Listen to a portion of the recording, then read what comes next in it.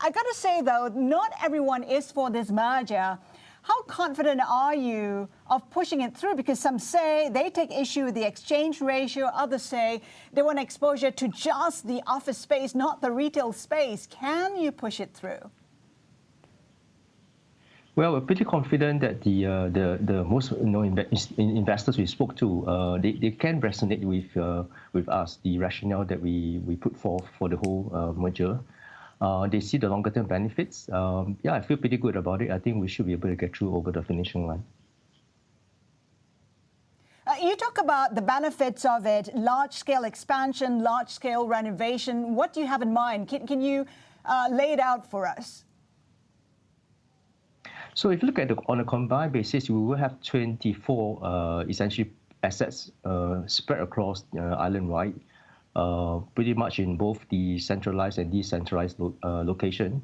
Bear in mind, when we put forth this merger, there were already emerging trend in Singapore, arising from the user's preference in change of use, as well as the urban planner, they actually laid out what they view the use of space will be like in the next 1 or 2 decades. So the trend of decentralization, mixed use pristine, and moving into integrated development is already a trend. So fast track today, in fact, with what we're seeing going through now in the pandemic, we feel that this trend will accelerate. So what we think potentially we'll see is a move into a different way of looking at the real estate use. Potentially more landlords will be looking at converting single-purpose use into a mixed or integrated use. And we have that real estate in play, both in the centralized location and decentralized location. So medium to longer term, we would have that portfolio of assets to tap into this potential growth going forward. Yeah. Of course, when we talk about the pandemic, it's accelerated the shift to online shopping. What's the outlook for retail in your view? And when do you see a return to pre-pandemic levels? So if you look at what happened during the circuit breaker period, obviously the online share of the total retail pie has gone up. It went up to the high of 24.5% in May, and in June, when we started the phase 2 reopening, it came down to 18.1%. And in July, the latest number we have from the Department of Statistics, it came down further to 11%. Pre-COVID, it has been hovering around 5 to 7%. So we think that we're quite convinced that the traditional, you call it traditional, brick and mortar store will still stay very relevant. The use may evolve over time, and retailers are already responding to the trend. And perhaps with the COVID-19, some of the retailers who have not gone into the bandwagon on the digital front started to look at different way of tapping the market. And we are also be adjusting our strategy. In June with CapitaLand, we launched 2 digital platforms, which essentially help the retailer to tap the different market segment that they may be able to or historically may have overlooked. So to us, we feel that the new retail world is no longer just so binary. It's online or offline. It's really a combination of online and offline, omni-channel distribution. We have the real estate on a combined basis. We'll have 24 property island-wide.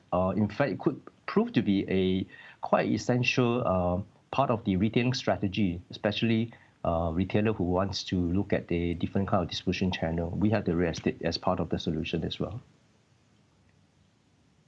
You talk about how the way forward will be a combination of use between retail and office space. But the thing is, the pandemic has also forced a shift where work is concerned. More and more people are working from home. How do you take that into consideration? How will this play out? How are you positioning for that eventually?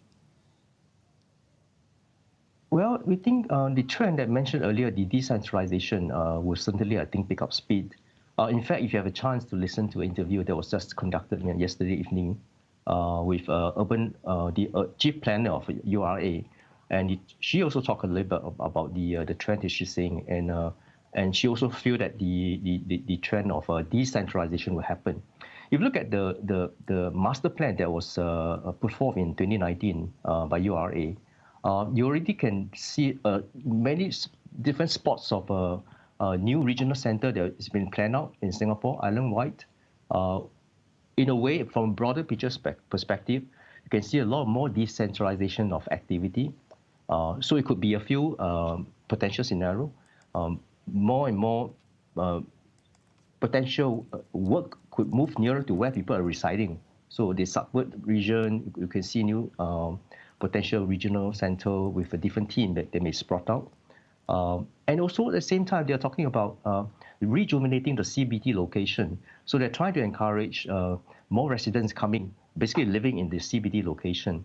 So in a nutshell, I think it will actually expand the you can say land efficiency usage island-wide compared to the current mode where it's quite segmented. You know, you have the industrial zone, you have the CBD location, and then of course the residential. So going forward, that means the mesh of landscape would potentially benefit the merged entity because, like earlier I mentioned, the island-wide location, we would be able to spot potential growth area that perhaps could also mean that one of the property may be repurposed for redevelopment and into a mixed use or integrated of the type of nature. Yeah. So I think this is a trend that possibly irreversible. Yeah. And from a company perspective, Tony,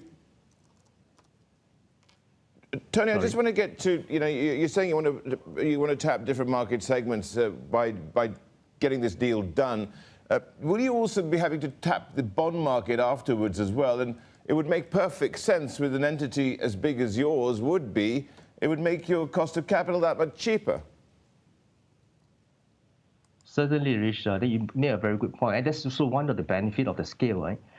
With that deeper scale in the debt market, I think we have a lot more possibility to look at a different market to tap the capital.